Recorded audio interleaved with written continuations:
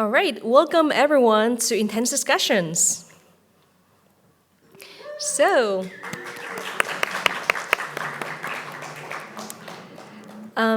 just quickly about housekeeping and the logistics of this event. Here are the spaces at this venue. So there's only one stage, this stage here. We can also use the foyer and the terrace. This is where the camp is. And if you brought your own tent, feel free to set it up there. There will be a fireplace later. So for food and drinks, there will also be between the foyer and the terrace. This event is recorded, and if you do not want to show up, please let the staff know that you don't want to appear in there. There's also somebody to get some pictures, and it is also live streamed. We will be later posting a link to, in case you want to share it with your friends. So the full program is on the website, anoma.net events Intense Discussions 2024. There's a QR code to it if you want to see the full program.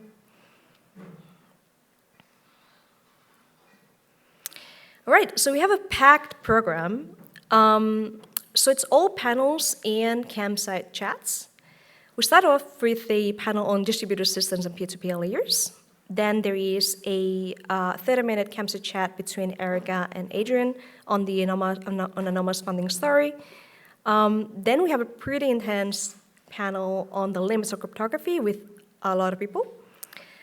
Then there is an intent-centric application jamming session. So actually, how many of you here are currently building any application or infrastructure? Could you raise your hands?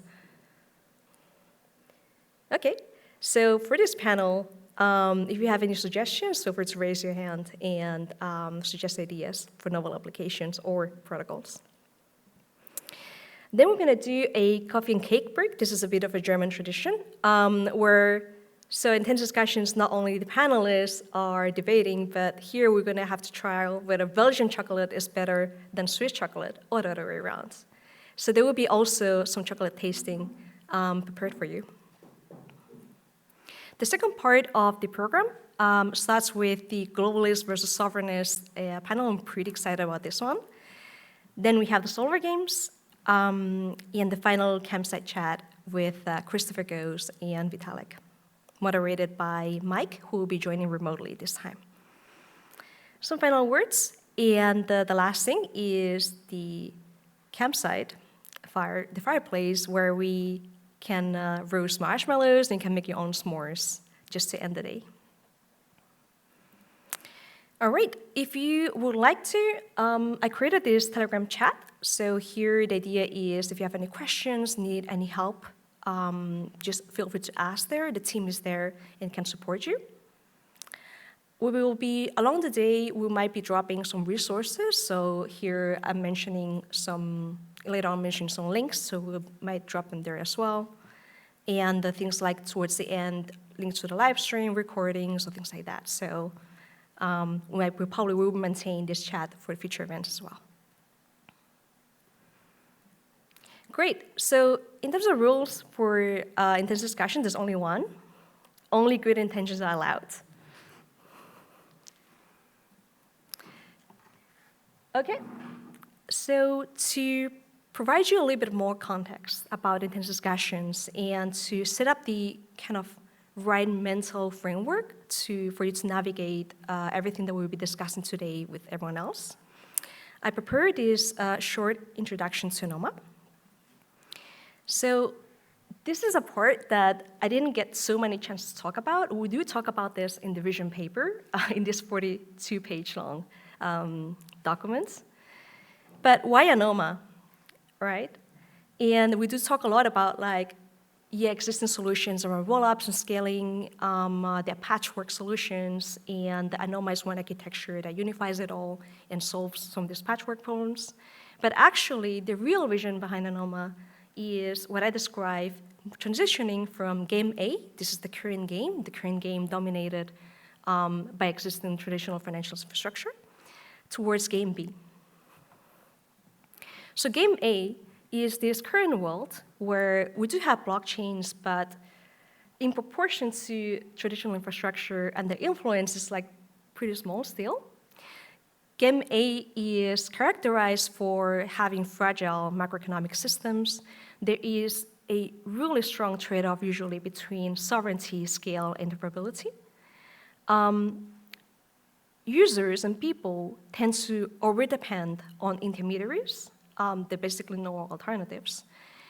The world is pretty dominated by paperclip maximizing corps who are in a privileged position to actually extract value from everyone else in a disproportionate amount versus how much value they add in the process. In the same world, Game A, we have imbalanced relationships between systems and the users. There is no infrastructure for solving a lot of the collective action problems, and most of the games that we are playing today are still player versus player, so competitive games. You end up in a lot of situations, prisoner's dilemma, and multipolar traps. And the issue is that existing systems, the financial system, also blockchains to an extent, they're currently pretty unidimensional. So if we move to Game B, how does Game B look like in this ideal world? Game B is characterized for being anti-fragile, is full of coordination mechanisms, where they can provide alternatives to existing systems that are more balanced. It is generalized infrastructure to solve collective action problems, returning PvP games to cooperative games. And where this is infrastructure that actually scales for billions of people without having to trade off sovereignty and interoperability. It is also a world where intermediaries are an option. It is a choice of the user if they want to use intermediaries. That will still exist in Game B, but it's not a requirement. You don't have to rely on intermediaries if you do not want to. It is a world where we have more alternatives to the services and the products that we're currently consuming that add value to our lives. So we want them, but at least you do not have to only consume the ones, use the ones that come from pay-per-click maximizing corporations. And in this world, we will need infrastructure that is multidimensional. So that is the vision of Anoma. The reason why we embarked this journey in 2020 and 2021 was because we saw that really in the world, nobody else was thinking about some of these problems yet, like multipolar traps, collective action. And we realized that the technologies that we're building in decentralized protocols actually have the capabilities to replace or at least provide a really viable alternative to existing systems that have this imbalance between people and the system. So moving from Game A to Game B is the vision of Anoma. So to achieve this vision, protocols must evolve. And it has evolved in the past. With the introduction of Bitcoin, when we initiated this world where you could have protocols where people could pay each other without having to ask anyone for permission. This is Bitcoin. This is the world of cryptocurrencies. And you could also do transaction-centric architectures like Bitcoin. You could do other things like color coins. There was the Bitcoin Stock Exchange that I don't know if anyone here remembers.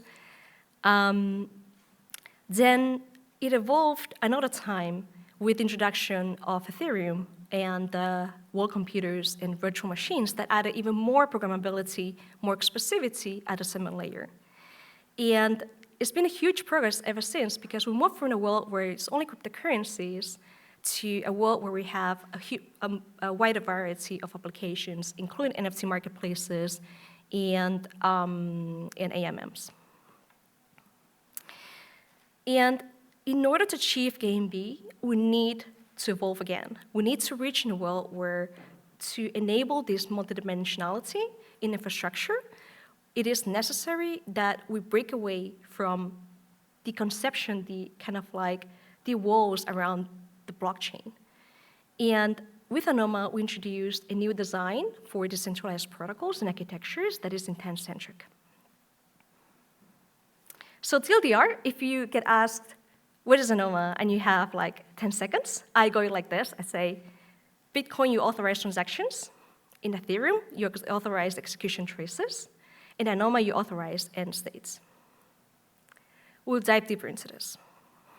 So Anoma is the first design for a generalized intent machine. This diagram, if you have read the white paper that's currently on GitHub, you might have seen this one. So it's a simplification of what's actually happening under the hood. But this architecture is what enables us to provide basically this generalized intent-centric architecture. And this part here is what enables this UX, which is the world we want to live in, where the user it's the idea that the user only needs to worry about defining and expressing the end states they care about. It could be one end state, it could be multiple ones. They only have to worry about describing that and authorizing it. And then the last thing they need to do is just to check in the last step, verify whether this was settled or not. And this is the architecture that is necessary for us to enable this UX where the user only sees their intent and only checks about verification, but the middle thing is the intent machine. They don't have to worry even about how it works. There might be like a blockchain, might be 100 blockchains under the hood, might be different protocols, cryptography, distributed systems, blah, blah. The user doesn't need to care. They don't even need to understand what's happening, while at the same time, they have the assurance that the states that they described are going to be the ones that happen, or it just doesn't happen. But there won't be a thing in between where you end up losing some funds. This is an example of how an end-to-end decentralized application looks like in intent-centric architecture. It's a very simple one. Here, we are just talking about like NFT trade for fungible token trade, but it could be anything. Intents can be programs, intents can be like broader descriptions or different end states. There is Anoma, an intent machine, and then the end states are basically it's settled or not settled. The intent-centric architecture, intent machine, is actually, with the Anoma resource machine, we'll delve a little bit deeper later into it. There's one affordance, one property that the system grants, what we call information flow control, or also known as more granularity in state sharing or control. Traditionally, this is referred as privacy, but actually, I would argue it is more accurate to call it information flow control because it's not about private or not private. It's a lot more about giving the users control and option on what parts of their data, of their intent, they want to share with what actors at what point, for what purposes. This is where information flow control is. And in this example, you can see, this is the same example of token trade for NFT. Here, the user has the granularity to decide, okay, I want to keep the identity private. I don't want to share this with anyone. Also, they may say, it's not necessary for me, for intent to settle, to share this point of data. The token type, I wouldn't want to share it. So they can go into like this full private mode, or they can do things in between where they say the token amount I want to keep public because I want it to settle quicker, and the price as well. So they have this control over what parts of the data are shared with whom. And they can decide, for example, to share with solvers, with the entire network, or with nobody. Has anyone seen this before? Could you raise your hands? Okay, curious. So this is where it comes from. So maybe some of you have not seen our new website, Anoma.net. We have this 3D icosahedron kind of just turning, and nobody has asked me, what is this? It's been there for a year, actually. So this is the shape in 3D. This is it. So here's what it is. This is a 3D representation of Anoma acting as a unified architecture. So it has different layers. At the top layer, you have the end-to-end decentralized applications. Here's some examples of existing applications that could be built on it, but are not limited to them. Are Uniswap, OpenSea, and Friendtech. But like if within one architecture, without fragmentation, without their own sovereign domains, unless they truly want the sovereignty. Then the next layer is the P2P layers and everything around Typhon and consensus. Sequencer and solver networks come after that. So in this unified architecture, what are currently independent sequencers or like their own isolated networks, like Optimism, Swap, Essential, Espresso, they could all become part of the same network. And there's a choice of different settlement layers. Anoma is an interface, not an intermediary. And at the end of the day, it is the user who decides even where they want to settle. So it starts from the peer-to-peer layer where you have to decide, or you can decide, do you want to broadcast it to every or any node, or do you want to broadcast it specifically to certain peer-to-peer nodes that you trust, as well as end-to-end. So it's the user's choice where they settle. It can be on Ethereum, Solana, Near, or any other system.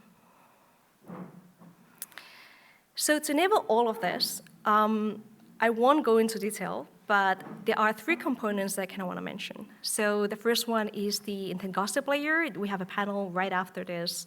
There, I hope to see them touching upon topics on like intent gossip, generalized intents, heterogeneity, like heterogeneous domains, sovereign domains. Yeah? Great. Hopefully we also touch upon consensus, right? Like maybe from the Nakamoto consensus to Tendermint consensus to heterogeneous paxos to see what we have in the future. The consensus engine, Typhon,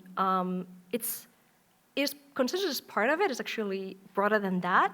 But it is the component of the Anoma architecture that enables things like cross-chain intents across chains, chimera chains, or kind of like on-demand shards, as well as atomicity in intents that go across chains. The Anoma resource machine is a really, really, really important part. It is what enables this transition from the account model. Like, we started with Bitcoin U2XL model, then we moved into the account model with Ethereum and other virtual machines. And with Anoma, it is necessary to introduce the resource model from the intent machine. So the cryptography panel might touch a lot more into this. So Anoma's research is, if you want to remember just 3 fields, we do not touch compilers and PLD today, but there's a big part of that as well. Hopefully we can cover compilers day around DEFCON 7. Distributed systems, we're going to talk a lot about that, and cryptography as usual. But in reality, there are way more other fields that we haven't had a chance yet to talk about, and that includes economics and game theory, everything related to like the slow game and mechanism design, so like a mix over there, the slow game presentations that Chris gave at Research Day. But anyways, if you're interested, you can find all the papers on the research that we're doing at Anoma Research Topics, art.anoma.net. So here are some of the terms that you'll be hearing about. I have mentioned a lot of them except for scale-free. I have not mentioned, but it's scale-free. You'll find out. Does anyone recognize this picture?